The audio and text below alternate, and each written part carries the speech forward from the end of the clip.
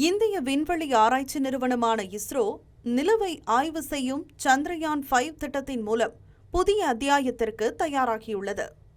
இந்திய விண்வெளி ஆய்வு நிறுவனமான இஸ்ரோ மற்றும் ஜப்பானின் ஜாக்சா விஞ்ஞானிகள் பெங்களூருவில் முக்கிய தொழில்நுட்ப ஆலோசனைக் கூட்டத்தை நடத்தினர். அப்போது சந்திரயான் 5 லூபெக்ஸ் திட்டத்தின் அறிவியல் இலக்குகள் மற்றும் தொழில்நுட்ப அம்சங்கள் குறித்து ஆலோசனை மேற்கொண்டனர். இந்த கூட்டத்தில் நிலவின் தென் துருவத்தில் தரையிறங்கும் லேண்டர், ஜப்பான் உருவாக்கும் ரோவர் மற்றும் அதில் பொருத்தப்படும் அறிவியல் கருவிகள் குறித்து இறுதி முடிவுகள் எடுக்கப்பட்டு வருகின்றன. இந்த பயணத்தின் முக்கிய நோக்கம் நிலவின் தென் துருவத்தில் உறைந்த நீர் மற்றும் பிற ஆவியாகும் தாதுக்களை நேரடியாக ஆய்வு செய்வதாகும். இந்தியா லேண்டரை உருவாக்கும் நிலையில் ஜப்பான் ரோவரை உருவாக்குகிறது.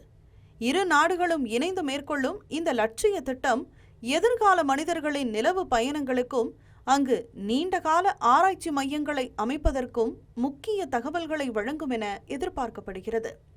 இந்தியா ஜப்பான் இணையும் இந்த விண்வெளி பயணம் உலக விண்வெளி ஆராய்ச்சியில் புதிய அத்தியாயத்தை எழுதவுள்ளது.